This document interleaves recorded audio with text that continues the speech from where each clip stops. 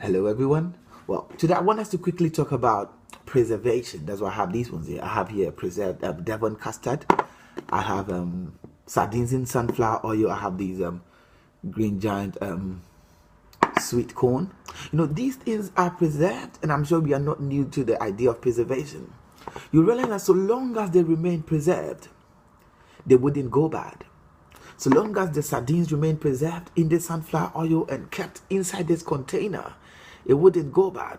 You know, because it is preserved and protected. Wherever you take it, the contents cannot be destroyed unless the container goes destroyed. So you know what? We can take these same preserved sardines, put it inside this water. We can take the sweet corn, put it inside this water. We can take this custard, put it inside the water. You know, they would all be submerged in the water, but they would not get destroyed. Why? Because there is a container that is protecting them. Because there's a container that is keeping them to ensure they remain preserved. So we can bring these out and nothing has happened to them. Meanwhile, if we decide to open the container and dip the same thing into this water, you realize that it would come out destroyed. Why? Because it would have lost its preservation and its protection.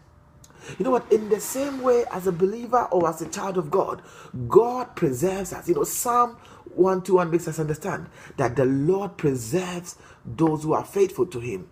You know, if you read all of it, it says what? The Lord preserves you in your going out and your coming in. He protects you. The sun shall not strike you by day, nor the moon by night. He preserves you and no evil shall befall you. In the same way, just as these things get preserved, once you remain in the Lord, so long as you remain within the protection and the preservation of God, nothing out there can harm you. Nothing out there can destroy. You know what? If we take a story like Daniel in the lion's den. So let's say this is Daniel because he was preserved by God. Let's say this was the lion's den. He was put into the lion's den, all right. But the lions could not attack him. They could not eat him up. Why? Because he had been preserved by God. He was protected by God. You know, we know the story of Shadrach, Meshach, and Abednego. So let's say these are the three guys. Shadrach is inside here. Meshach is in here. Abednego is in there. They put them into the burning fiery furnace. But they were not harmed. They were not hurt. Why? Because they had God with them. They were inside God. He protected. He preserved them. According to the account, when they came out, they were not even smelling of smoke. So long as you remain in Him, so long as you remain within Him, within His preservation and protection, nothing on the outside, nothing out there would be able to destroy you. But you know what? If I open this tin fish, if I open this sardine and put it inside the water, everything will start floating. After some time, you would come, it would have been destroyed. It would go so soft, it would begin to tear up, it would begin to get destroyed. Look, this sardine, it tells you that once opened, consumed within 2 days. It means that once it comes out of this container, once it loses its preservation and protection, it cannot survive for more than 2 days.